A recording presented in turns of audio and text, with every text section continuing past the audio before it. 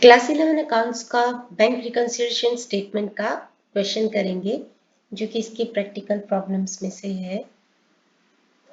From the following particulars of Gurpreet prepare bank reconciliation statement showing the balance as per cash book on 31 March 2023। तो आपको bank reconciliation statement बनाना है 31 March 2023 को। Balance as per passbook on 31st March 2023 overdrawn 10,000। overdrawn मतलब जितना हमारे bank में पैसे थे उससे ज़्यादा निकलवा लिए। withdrawals are more than deposits, तो ये ओवरड्राफ्ट है यानी कि नेगेटिव बैलेंस है। तो इसको दिखाया जाएगा माइनस आइटम वाले कॉलम में। लिखेंगे क्या कि ओवरड्राफ्ट एज पर पासबुक। अब हमें करते जाना है जो भी ट्रांजैक्शन है उनको, क्योंकि हमारा पासबुक स्टार्टिंग पॉइंट है तो पासबुक को हम लेफ्ट पे रखेंगे और कैश बुक को राइट पे रखेंगे। हमें पासबुक से कैश बुक पे जाना है। Cheques drawn in last week of March 2023 but not cleared till 3rd April 2023 ₹20,000। Cheques drawn मतलब चेक हमने इशू किए किसी को। जब हम अपने किसी क्रेडिटर को चेक इशू करते हैं तो साथ के साथ ही हम उसको अपने अकाउंट में से माइनस कर देते हैं क्योंकि पेमेंट पे दिखा देते हैं। तो 20,000 हमने कैश बुक में से माइनस कर दिया होगा। बट क्योंकि नॉट क्लियर टिल 3rd अप्रैल, जिस डेट को हमने BRS बनाया था उस डेट तक बैंक ने इन चेक्स को क्लियर नहीं किया, तो हमारे अकाउंट को माइनस नहीं किया यानी कि ज़ीरो, तो माइनस नहीं किया। अभी हमें राइट अमाउंट में से लेफ्ट अमाउंट को माइनस करते जाना है to arrive at the cash book. तो -20,000 माइनस ज़ीरो, -20,000 हो गया। माइनस आइटम वाले कॉलम में दिखा देंगे 20,000 और लिखेंगे चेक्स इशूड या ड्रॉन बट नॉट प्रेजेंटेड या बट नॉट क्लियर्ड। क्लियर नहीं किए थे तब तक। आगे है क्लियर ही लिखना, प्रेजेंटेड तो किया होगा, मे बी बैंक ने क्लियर नहीं किया। Interest on bank overdraft not entered in the cash book ₹1500। Bank overdraft यानी नेगेटिव बैलेंस होता है, तो बैंक ने हमसे उस पर इंटरेस्ट चार्ज किया है 1500 का, तो पासबुक में से 1500 माइनस हो जाएगा।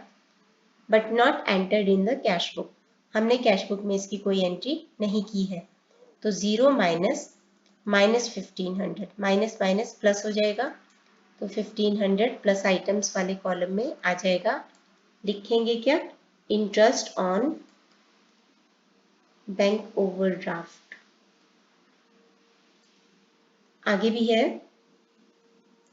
यहाँ पे, cheques of ₹20,000 deposited in the bank in March 2023 but not collected and credited till 3rd April 2023। हमारे किसी डेटर ने हमें चेक दिए होंगे तो हमने बैंक में डिपॉजिट कर दिया, लेकिन इन चेक्स को but not collected and credited till 3rd April 2023। Bank ने अभी तक इनको कलेक्ट नहीं किया, क्रेडिट नहीं किया हमारे अकाउंट में। 31 मार्च तक इनको बैंक ने हमारे अकाउंट में क्रेडिट नहीं किया था। बैंक जब क्रेडिट करता है तो हमारे बैंक को बढ़ाता है। हमने जैसे ही चेक को डिपॉजिट किया होगा तो हमने कैश बुक में 20,000 बैलेंस को ऐड कर दिया होगा, लेकिन बैंक ने 31 मार्च तक इन चेक्स को हमारे अकाउंट में ऐड नहीं किया है, तो राइट अमाउंट 20,000 में से लेफ्ट अमाउंट 0 को माइनस कर देंगे 20,000, तो ये आ जाएगा प्लस। प्लस आ जाएगा तो हम इसको प्लस आइटम वाले कॉलम में दिखा देंगे और लिखेंगे क्या कि checks deposited but not yet collected या बट नॉट येट क्रेडिटेड, कुछ भी लिख सकते हो। आगे और भी था यहाँ पे, ₹100 insurance premium paid by the bank under a standing order has not been entered in the cash book। कई बार हम बैंक को स्टैंडिंग इंस्ट्रक्शंस दे देते हैं कि हमारे अकाउंट में से इतने पैसे ये दे देना, तो वैसे ही बैंक ने हमारे अकाउंट में से ₹100 का इंश्योरेंस प्रीमियम दे दिया according to our instruction, but it has not been entered in the cash book, लेकिन हमने इसकी कैश बुक में कोई एंट्री नहीं की। तो जैसे ही बैंक ने इंश्योरेंस प्रीमियम पे किया होगा वैसे ही हमारे अकाउंट में से 100 रुपीज़ माइनस कर दिए होंगे, बट हमने कैश बुक में इसकी कोई एंट्री नहीं की है। तो 0 में से -100 को माइनस करेंगे, तो 0 माइनस -100, माइनस माइनस प्लस होता है, तो 100 आ गया प्लस आइटम वाले कॉलम में, और लिखेंगे क्या कि insurance premium paid by bank.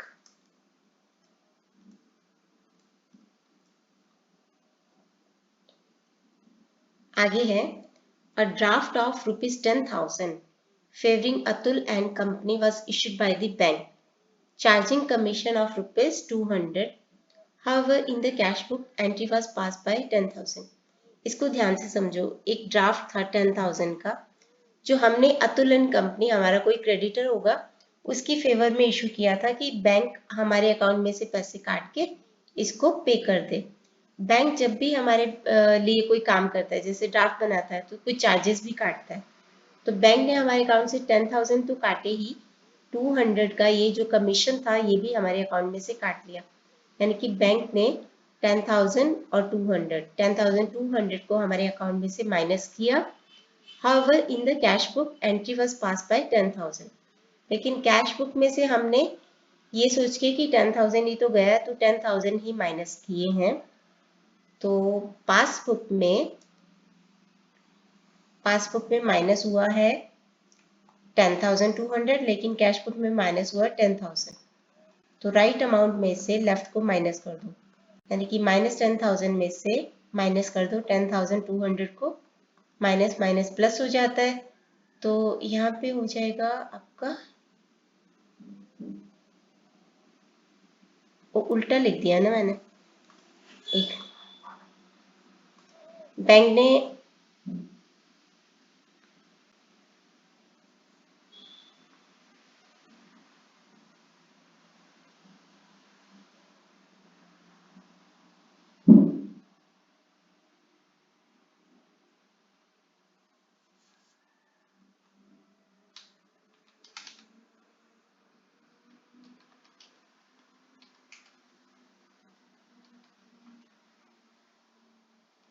ठीक ठीक लिखा है, +200 -10,000 माइनस -10,200, तो 200 प्लस हो गया, ठीक लिखा था। 200 प्लस आइटम वाले कॉलम में दिखा देंगे और लिखेंगे कि चार्जेस ऑन बैंक ओवरड्राफ्ट। अब देखो कौन सी साइड का टोटल ज़्यादा लग रहा है, माइनस आइटम का टोटल ज़्यादा लग रहा है, तो ये है 30,000। जैसे अकाउंट की बैलेंसिंग करते हैं, इनका टोटल भी इतना होना चाहिए। इसमें से 30,000 में से ये सारी आइटम्स को माइनस कर दो, तो 30,000 में से माइनस करेंगे 1500, 20,000 और 100 और 200 को, तो ये आ गया हमारे पास 8,200। 8,200 आ गया, ये हमारी बैलेंसिंग फिगर है। क्योंकि माइनस आइटम्स का टोटल ज़्यादा था तो ये ओवरड्राफ्ट होगा, तो इसको हम लिखेंगे overdraft as per cash book. 8,200 का ओवरड्राफ्ट, और यही हमारा आंसर है।